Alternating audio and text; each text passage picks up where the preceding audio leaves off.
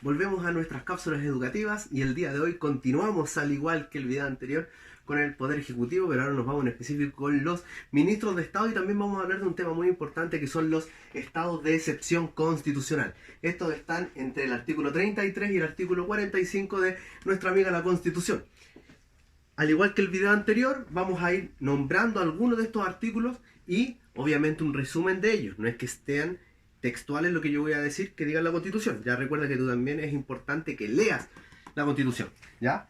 En el artículo 33 plantea que los ministros son colaboradores inmediatos del presidente y obviamente son de su confianza, ¿ya?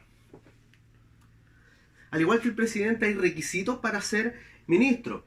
Ser chileno, obviamente ciudadano con derecho a voto, pero tener, ¿no es cierto?, cumplir los 21 años de edad, de 21 años de edad hacia adelante, ¿ya? Y obviamente tener requisitos para cumplir funciones de administración pública, ¿ya? En el artículo 35 nos habla que todo reglamento o decreto debe ser firmado tanto como el presidente de la República como también por el ministro.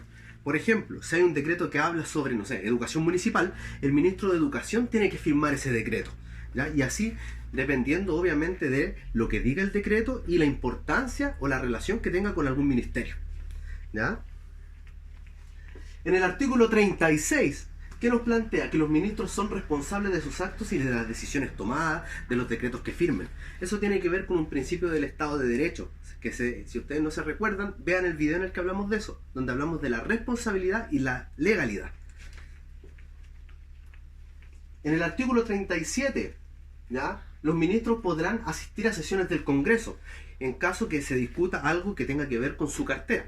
Por ejemplo, si se va a hablar de algo relacionado con la agricultura, el ministro de Agricultura debería o puede asistir a esa sesión del Congreso, ya sea en la Cámara de Diputados o en la Cámara de Senadores, ¿ya? Y obviamente la idea es que los ministros que asumen con el cargo no tengan conflicto de interés con alguna actividad de función pública. Los ministros y el presidente forman parte del Poder Ejecutivo, ¿ya? Una de las atribuciones que tiene el Poder Ejecutivo, representado en su presidente, es o son los llamados estados de excepción constitucional, ¿ya?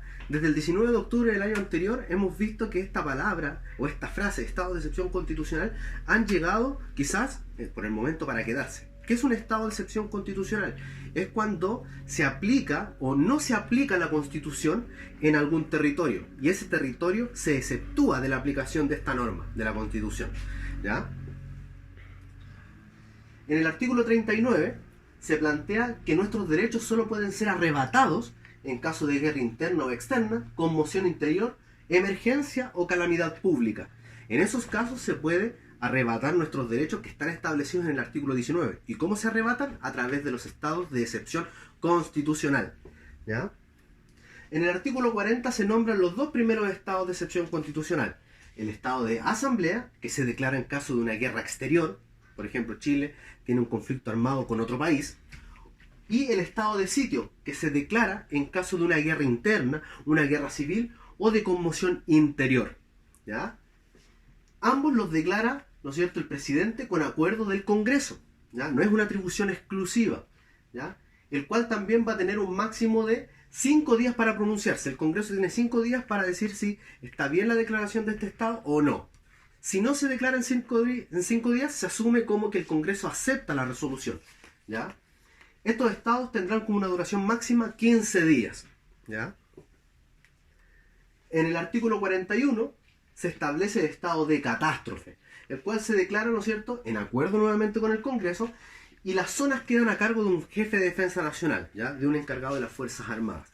¿Cuándo se declara, por ejemplo, estado de catástrofe? Cuando hay un incendio, cuando hay un terremoto, un tsunami, ¿ya?, alguna catástrofe natural, en una erupción volcánica. Ahí, ¿no es cierto?, la Constitución establece el estado de catástrofe.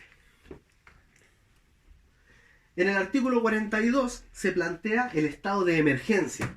Se declara por alteración del orden público que afecta a la seguridad nacional y con una duración de 15 días. Por ejemplo, el estado de emergencia que se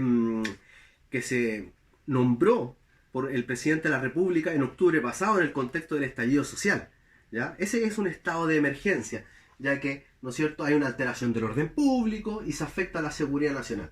Y obviamente, como lo vimos en las noticias durante ese periodo, queda a cargo, ¿no es cierto?, un jefe de seguridad, ¿no es cierto?, o un miembro de las Fuerzas Armadas de cada una de las zonas o regiones, ¿no es cierto?, que están en este estado de emergencia, ¿ya?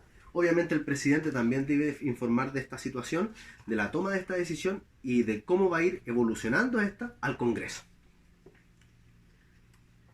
Y finalmente, en el artículo 43 se establecen las limitaciones de los estados de excepción, ¿ya?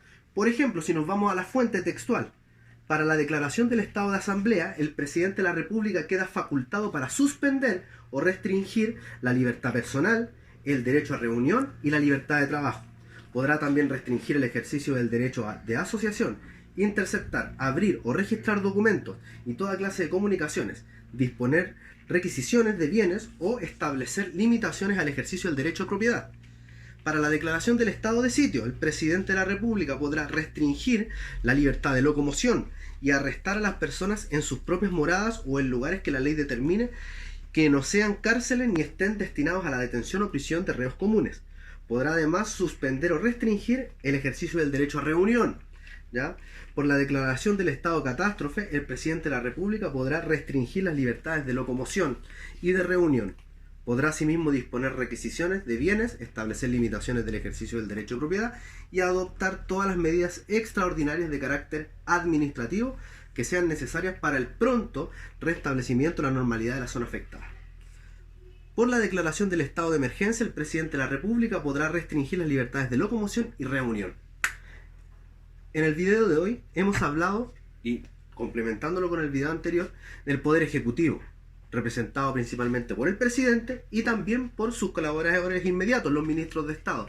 Y también hablamos de el arma, entre comillas, que tiene el presidente, que es el declarar estado de excepción constitucional en, ¿no es cierto?, las formas que ya le expuse en el video, ¿ya? Y las limitantes que este tiene. Espero que les haya quedado claro y que este video les sirva mucho. Les mando un fuerte abrazo virtual y nos vemos en otra cápsula educativa. Compartir y seguir estos videos. Un abrazo. Chao, chao.